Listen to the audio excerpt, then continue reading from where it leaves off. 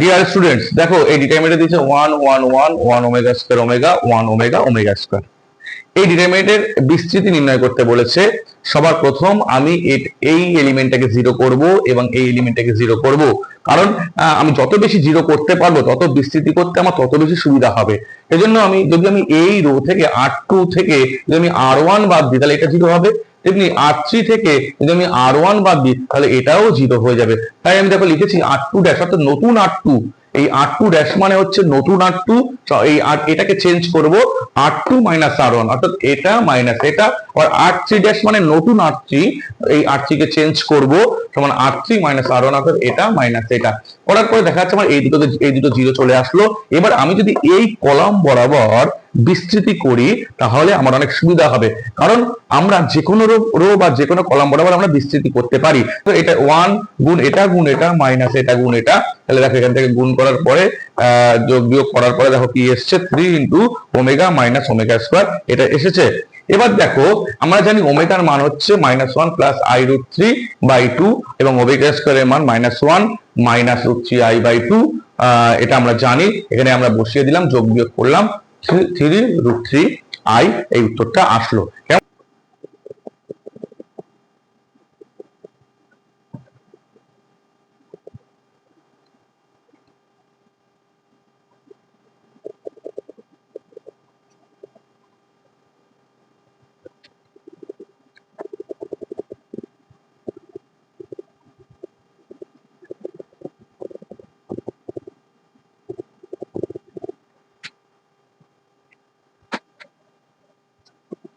Dear students, দেখো 30 এর দাগের অঙ্কটি কি বলেছে, ডিটারমিনেন্টের মধ্যে ছিল -a square ab ac ab minus b square bc ac bc minus c square.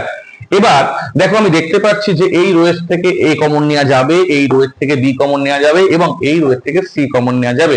আমি তাই করলাম, এই রো থেকে a কমন নিলাম, এই রো থেকে b কমন নিলাম এবং এই রো থেকে c কমন নিলাম। কমন নেওয়ার পরে পড়ে থাকলো -abc a minus bc ab minus c।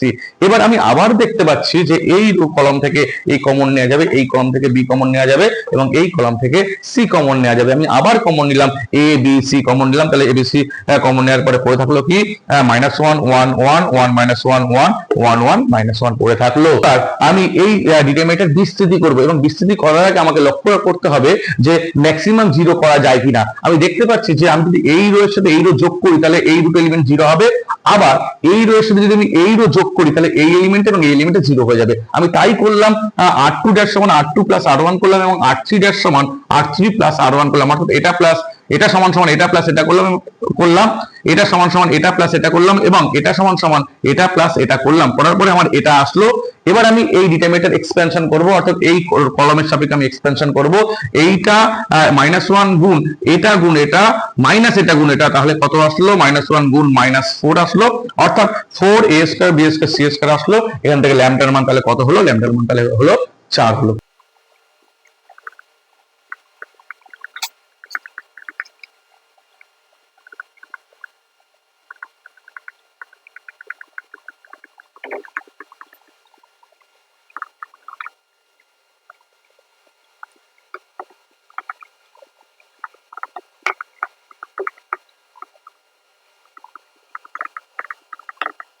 Dear students, দেখো 31 দাগের অঙ্ক কি দিয়েছে, L M N real L square plus M square plus N square সমান 0 দিয়েছে।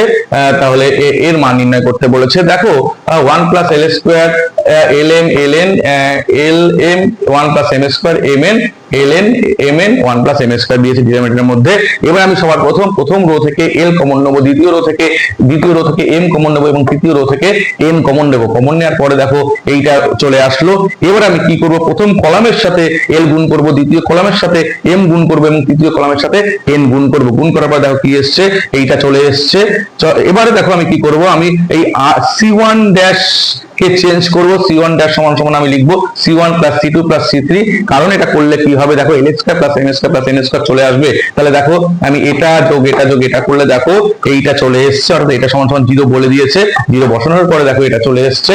এবার আমি কি করব, আমি এই ডিটারমিনেন্টের এক্সপেনশন করব, অর্থাৎ বিস্তৃতি করব।